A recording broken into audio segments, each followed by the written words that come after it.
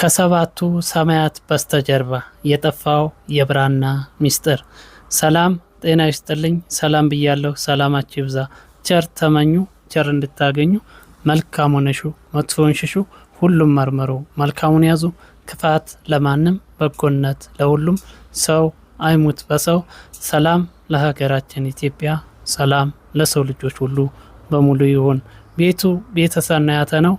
መርሃ ግብሩ ደግሞ መልካሙን ነው። በዛሬ መልካሙ መርሃ ግብር ይዤላችሁ የመጣሁት ከሰባቱ ሰማያት በስተጀርባ የጠፋው የብራና ሚስጥር ክፍል 1።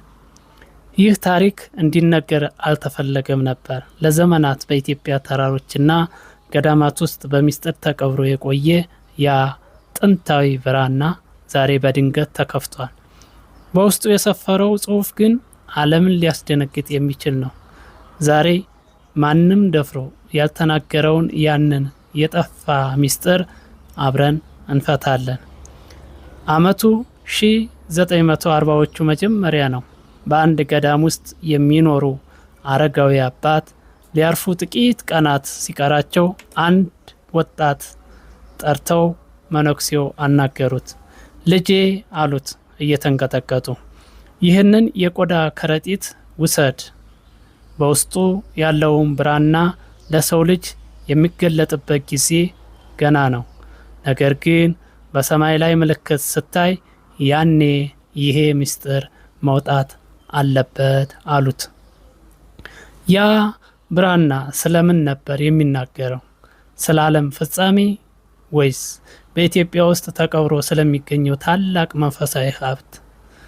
መነኩሴው ከረጢቱን ከፍተው ሲመለከቱ በውስጡ ያለው ጽሑፍ በሰው እጅ የተጻፈ አይመስልም ነበር። መነኩሴው የመጀመሪያውን ገጽ ሲያነቡ ድንገት ደነገጡ።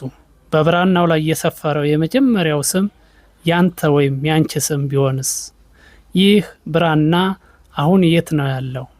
እናስ በውስጡ የተጻፈው ታላቅ ማስጠንቀቂያ ምንድን ነው?